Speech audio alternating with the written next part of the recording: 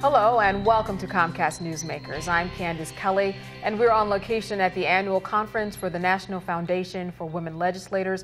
And joining me is the president and CEO of the Safe America Foundation, Len Pagano. Thank you so much for being with us today. Good to be with you, Candace. You deal with a lot of issues that obviously have to do with America and safety, but one of them that you've really been studying lately is using texting during emergencies.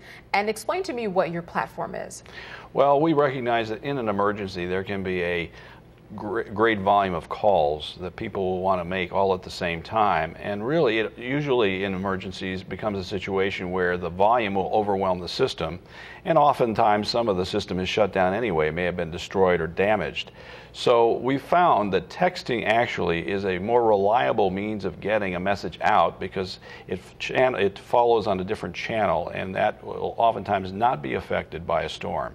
So texting is not only more reliable, but you can get more text messages in the same amount of bandwidth as a single voice call. For example, 800 text messages can be communicated in the same amount of band space as a single voice call. So we focused on this and actually have a theme we call text first, talk second. Right. So, and that really does make sense. And even when I guess certain areas aren't bombarded because of an emergency, you can't get through just on a regular day. So it makes sense, but I'm wondering for those people who don't have a phone to text with, how are you sharing that message for it to make sense?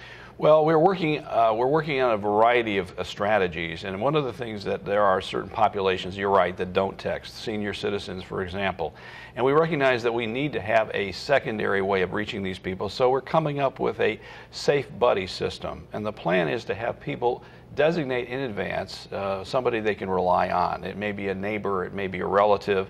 The bottom line is you need to find a way to get in touch with that person, especially if they're in a storm-affected area. Now, is this a message that's already being, I guess, carried out or thought about in certain communities and that you've seen work? It has been. In fact, we saw after Joplin how this, in fact, was very successful.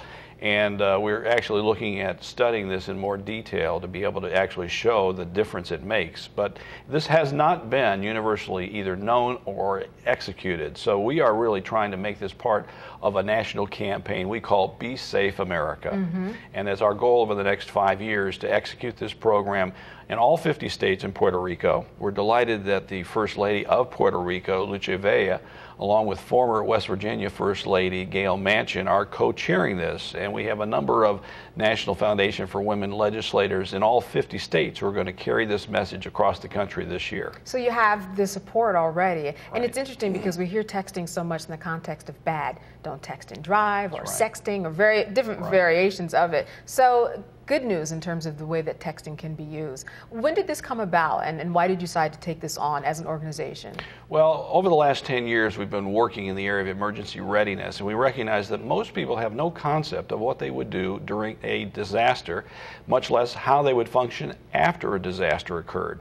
And of all the things that people have not addressed, the basic thing they all want to address is how to stay in touch. It's important for your job, it's important for your family and neighbors. So we took this on and we began looking at this 3 years ago, and we've been working with various national cell companies, studying exactly how this might impact cell networks, and also looking at what the FCC and others in government are proposing.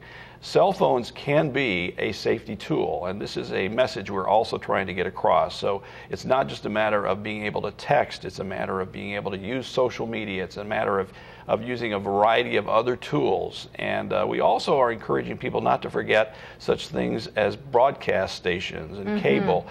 Free television, if you will, and broadcast stations that are on cable are very important tools also, so they don't need to be left out of the equation. Oh, absolutely. And I guess just like the same way that we do fire drills, now we'll get used to perhaps maybe thinking about texting first instead of calling someone. You're absolutely right. And I think, Candace, that's the key here, is that people need to take an active role each year, and that's what our program's all about. Well, I want to thank you so much for being with us today. Good message. Thank you. And thank you, too, for watching Comcast Newsmakers. I'm Candace Kelley.